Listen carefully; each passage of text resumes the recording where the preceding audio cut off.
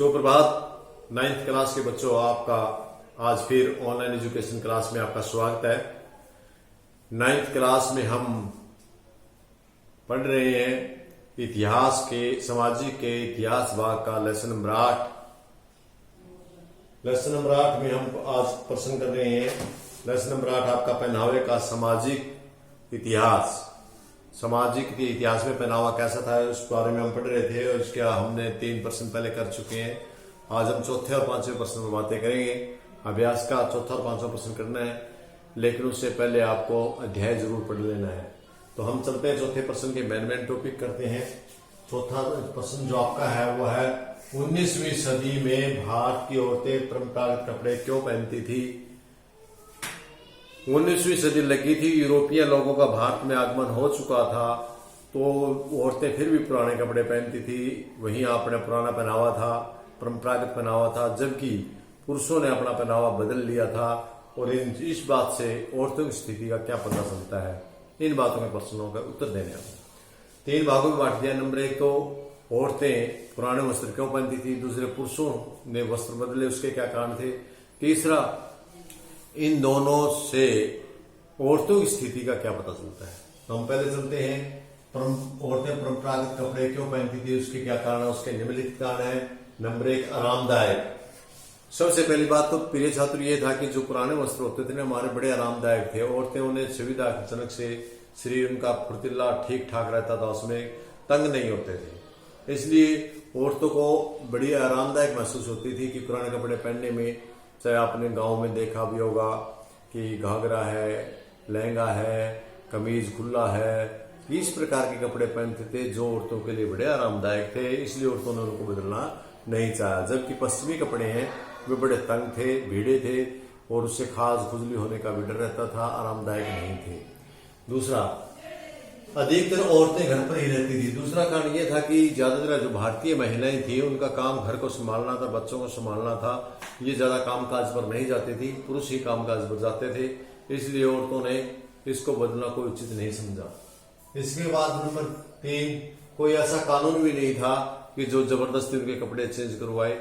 जिसको मन में आई कपड़े चेंज कर लिए, नहीं, कोई जबरदस्ती नहीं थी।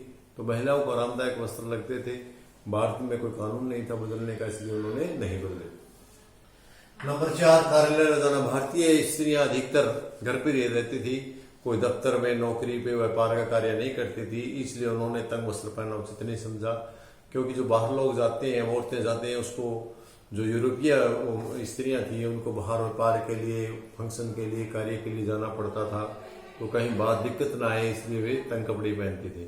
जबकि भारतीय औरतें घर का काम संभालती थी, घर पर ही रहना पड़ता था, इसलिए वे अपने सिंपल और सीधे सादे कपड़े, पुराने परंपरागत कपड़े ही पहनना पसंद करती थी। ये कारण थे हमारे औरतों के परंपरागत कपड़े पहनने के। इसके अलावा छात्रों, पुरुषों ने कपड़े क्यों बदले, उसके कारण हम बता रहे हैं पहले आपको। नंबर 1 तो पुरुष है वो हमेशा अंग्रेजों के संपर्क में रहते थे। पुरुषों का काम अंग्रेजों से आना जाना पड़ता रहता था किसी न किसी पर्पज से, इसीलिए उन्होंने उनके देखा देखी भी अपने कपड़े को चेंज करने का प्रयास किया, चेंज किए भी। नंबर 2, अंग्रेजों को खुश करने के लिए कुछ ऐसे कर्मचारी थे जो हमेशा अंग्रेजों को खुशामदी करते थे, उनके चमचे थे, उनको प्रसन्न रखने के लिए, अपने अफसर को, अपने आदमी को प्रसन्न रखने के लिए कपड़े पहनते थे। तीसरा, व्यापारिक संबंध व नौकरी। सबसे मेन कारण यह था कि उस समय में जो लोग थे वे क्या करते थे कि व्यापारिक संबंध थे उनके, दूसरे अंग्रेज का दूसरे अंग्रेज के साथ व्यापार करते थे, या फिर अंग्रेजों की नौकरी करते थे। जो अंग्रेजों की नौकरी करते थे, उस नौकरी करने में उन्हें अंग्रेजों से खुश रखने के लिए, अंग्रेजों को खुश रखने के लिए उनकी नौकरी पर तब जाते तो अपने ड्रेस पश्चिमी वस्त्रों की पहन लेते थे। तो इस कारण से नौकरी यदि वो कपड़े नहीं डालेंगे तो उनकी नौकरी चेंज हो जाएगी या व्यापारिक संबंध टूट जाएंगे। इस भय से भी उन्होंने इस बात को अपनाया।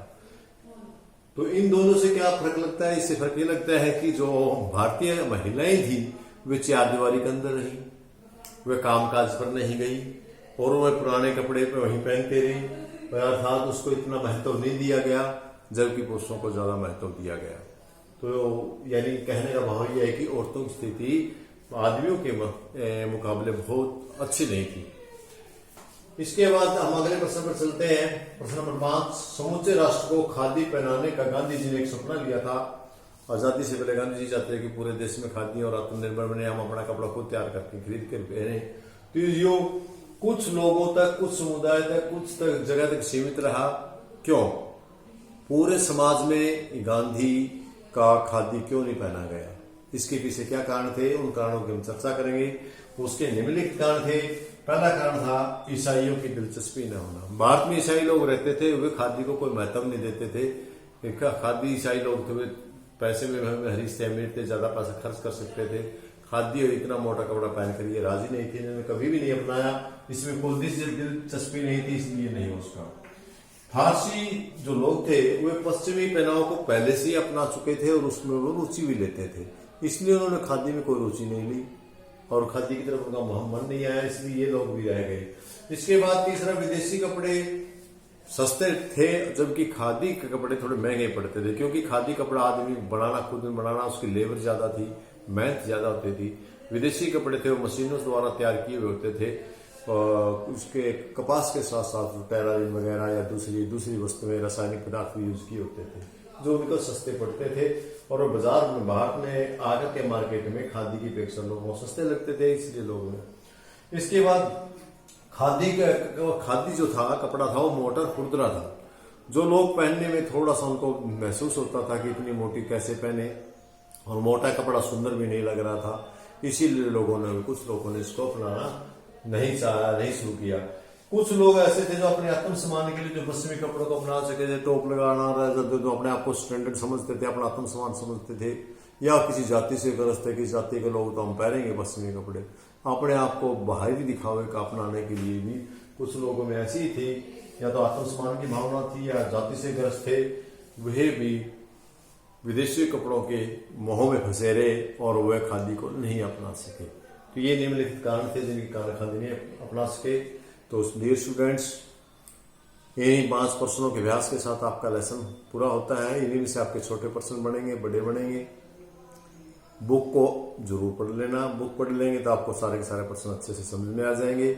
मुझे उम्मीद है आप लोगों ने अच्छे से किया हुआ। इसी के साथ हमारा चैप्टर यानी सामाजिक इतिहास का जो 9th में सिलेबस है वो पूरा होता है। पूरे के पूरे चैप्टर हमने 8 चैप्टर आपके इतिहास में हमने पूरे के पूरे कर लिए हैं, और अगली वीडियोज में हम मिलेंगे आपसे ज्योग्राफी के पहले लेसन के साथ। तब तक के लिए आपसे लेते हैं विदा। थैंक यू, धन्यवाद।